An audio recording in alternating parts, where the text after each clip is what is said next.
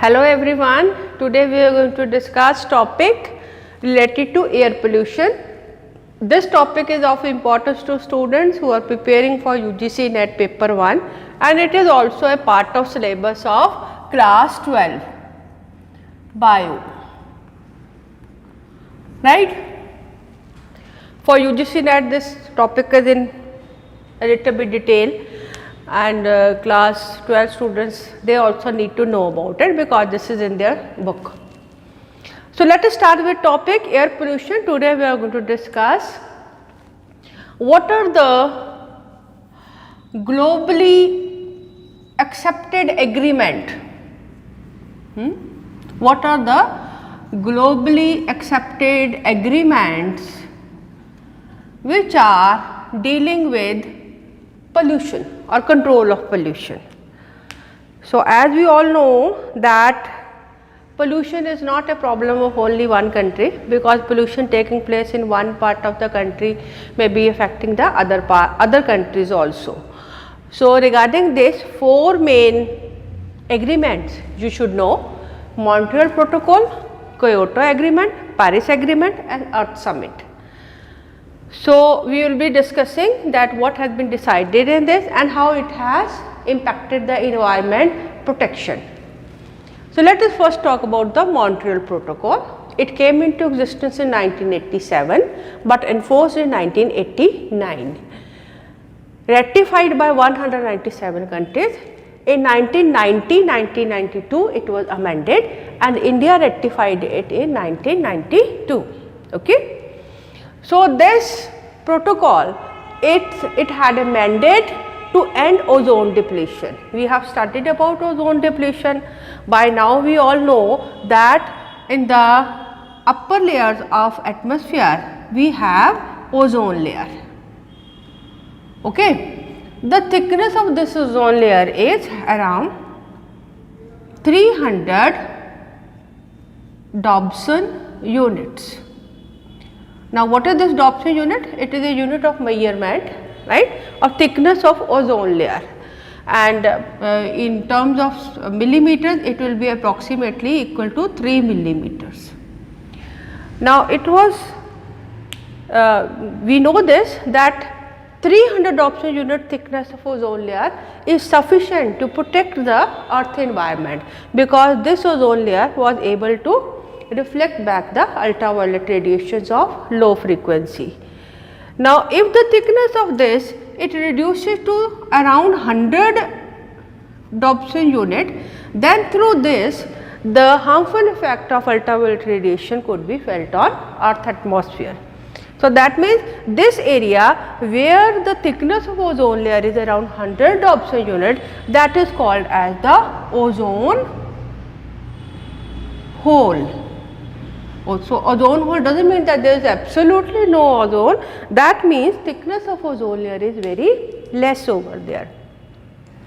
So, we have also studied that ozone layer is depleted because of which chemical? Chlorofluorocarbons. These chemicals they impact the ozone layer and because of that it becomes thin, right. So, that means these substances they need to be checked if we have to protect the ozone layer. So, from here we come here, that was the main mandate to end ozone depletion. That means we had to do something to check chlorofluorocarbons, halogens and methyl bromide because these substances they impact the ozone layer. So, in this there are different amendments which came. Very significant amendment came in 2016 which is known as Kigali Amendment. This is the name of the place, Kigali Amendment. Now, in this it was decided that hydrofluorocarbon production it should be reduced by 80 to 85%. Now, we should remember that chlorofluorocarbons they were replaced by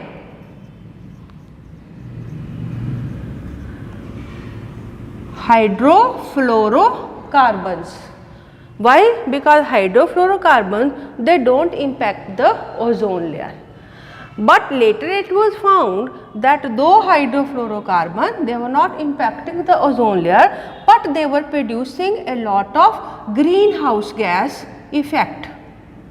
What is the greenhouse effect gas? Greenhouse gas effect is concerned with the warming of the earth, right? We talked about it when we talked about carbon dioxide pollution. It was found that hydrofluorocarbon, their greenhouse gas effect can be up to 500 to 12,500 times the effect of carbon dioxide.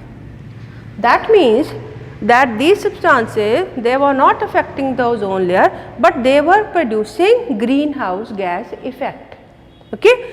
So, with that was considered here that hydrofluorocarbon production is also to be reduced by 80 to 85%, so that the earth does not become warmer. So, next point comes that from chlorofluorocarbon we shifted to hydrofluorocarbon, then what next? If this is to be banned, then what next?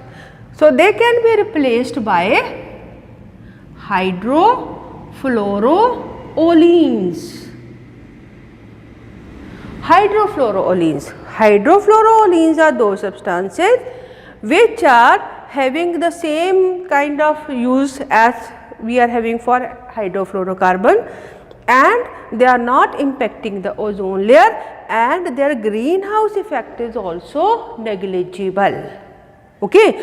So, now you should remember that chlorofluorocarbon, they were replaced by hydrofluorocarbons, and hydrofluorocarbons are being replaced by hydrofluoroolines, which are the substances which can replace them.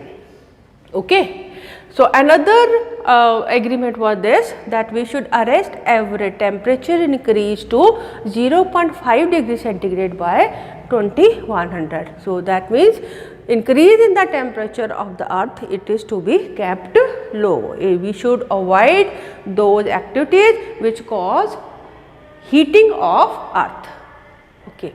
So, now let us talk about the second, that is about the Kyoto Agreement, which came into existence in 1997 and forced in 2005. It was ratified by more than 150 countries, and another amendment took place in this was the first term. Second term started from 2012 to 2020, and this conference was held in Doha.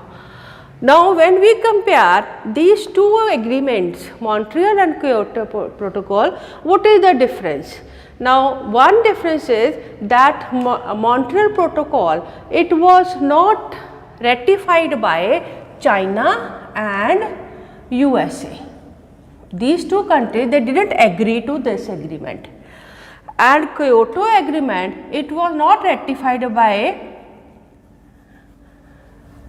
USA, Afghanistan and Sudan. These three countries, they did not agree to this.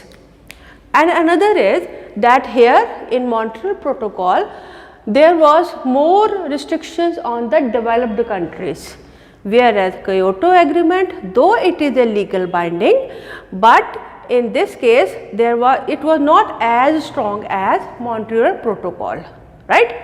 So, Kyoto Agreement, it encourages the industrial nations to put a limit on greenhouse gases emission.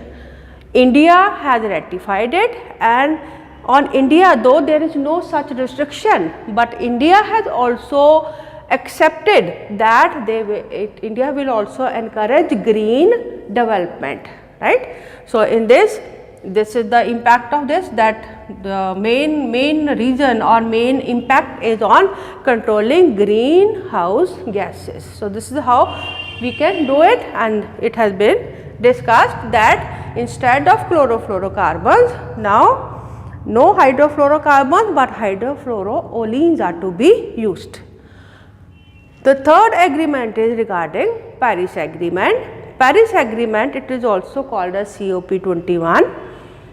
It came into existence in December 2015. It was to be effective from November 2016. 185 countries have ratified it, and India has also ratified it in 2019.